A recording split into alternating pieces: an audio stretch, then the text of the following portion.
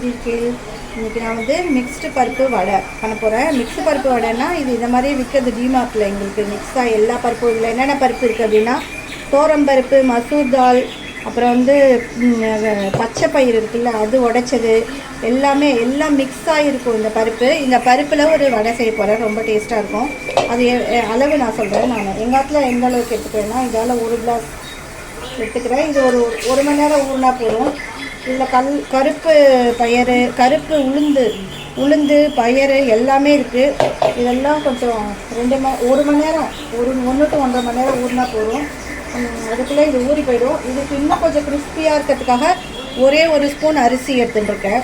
இது சேர்ந்து ஒரு 4 மணி நேரம் இது சேர்ந்து நான் ஊற வச்சுருந்தேன். அப்புறமா பேசிக்கிறேன். தண்ணி ஊற்றி ஊற வச்சிடுறேன். பாருங்க, எல்லாத்தையும் ஊற போட்டிருக்கேன். இது ஊறினதுக்கப்புறம் 1 மணி நேரம் கழிச்சு எப்படி அரைச்சி கரக்கரந்தான் அரைக்கணும், நைஸாக அரைக்கக்கூடாது. அரைச்சதுக்கப்புறம் உங்கள்கிட்ட காட்டுறேன். இதில் பச்சை மிளகா 3, காஞ்ச மிளகா நம்ம காரத்துக்கு ஏற்ற மாதிரி, இஞ்சி இதை போட்டு அரைச்சிக்கணும். நம்ம அரைச்சதுக்கப்புறம் நான் உங்களுக்கு காட்டுறேன்.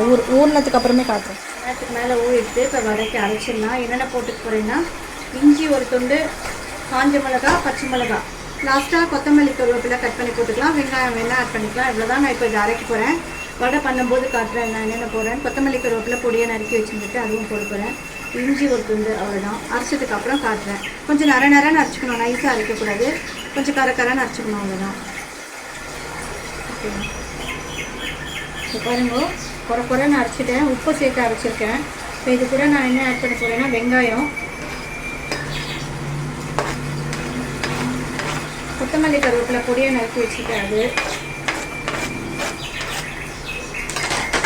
அதுக்கப்புறம் கொஞ்சம் பெருங்காயம், மஞ்சள் பொடி, அவ்வளோதான். இதெல்லாம் சேர்த்து ஒன்றா மிக்ஸ் பண்ணிக்கலாம். எண்ணெய் இந்த பக்கம் அடுப்பில் காய வச்சுருக்கேன். ஸோ இப்போ எண்ணெய் சூடாகிட்டு வடையை தட்டிக்கலாம். இப்போ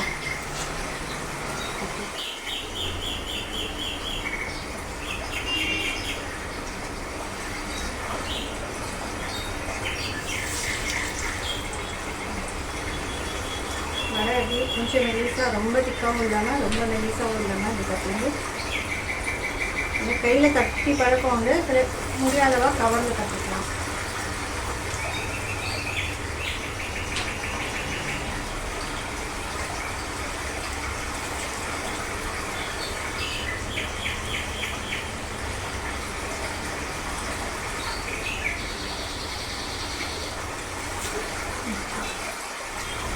ப்ரௌன் ஆயின்ட்டுருக்கு. இன்னும் நல்லா கொஞ்சம் கோல்டு ப்ரௌனாக வரணும்.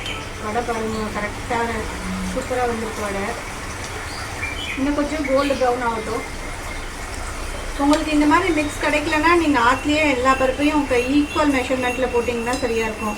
இதில் என்னென்ன ஆட் பண்ணியிருக்கீங்க, இதில் அவள் என்னென்ன ஆட் பண்ணியிருக்கான்னா பாதி கருப்பு உளுந்து பயிறு, அதுக்கப்புறம் மசூர் தால், தோரம்பருப்பு, பைத்தம்பருப்பு, கடலைப்பருப்பு போடல. இது 4 பருப்பும் மிக்ஸ் ஆகிடுச்சு. அதில் 4 பருப்பும் அதோட ஒரு சும்மா 2 ஸ்பூனோ 1 ஸ்பூனோ நீங்கள் எந்த அளவுக்கு போட்டீங்களோ அந்த அளவுக்கு.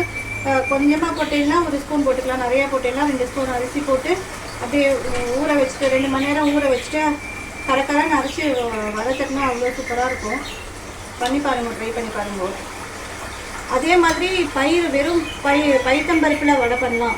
வெறும் பைத்தம்பருப்பை ஊற வச்சு அது இன்னும் ஈஸி, சூப்பராக இருக்கும், கிறிஸ்பியாக.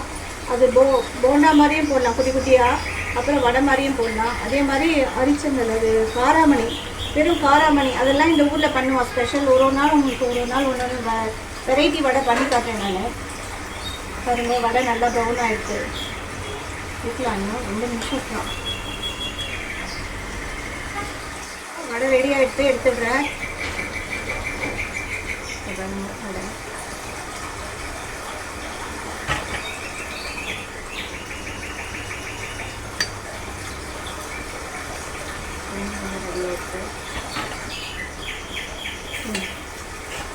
பாருங்க, சூப்பராக வடை ரெடி ஆகிடுச்சு. எவ்வளோ கடகடன்னு இருப்பாருங்க, சூடாக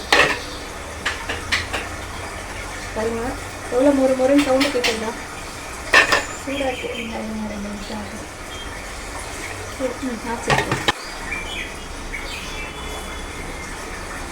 பாருங்க, வடை எல்லாம் கட்டி போட்டுலே இருக்கேன். நாங்கள்லாம் டேஸ்ட் பார்த்துட்டோம். வடை நல்லா இருந்தது. இது பாருங்கள் கடற்கரைன்றது எப்படி சூப்பராக ரெடியாக இருப்பாங்க வடை. நீங்களும் இந்த மாதிரி உங்கள் இடத்துல பண்ணி பாருங்க, எப்படி இருக்குன்னு எனக்கு கமெண்ட் பண்ணுங்க. கமெண்ட் பண்ணிவிட்டு அடுத்த வீடியோவில் பார்க்கலாம். தேங்க்யூ.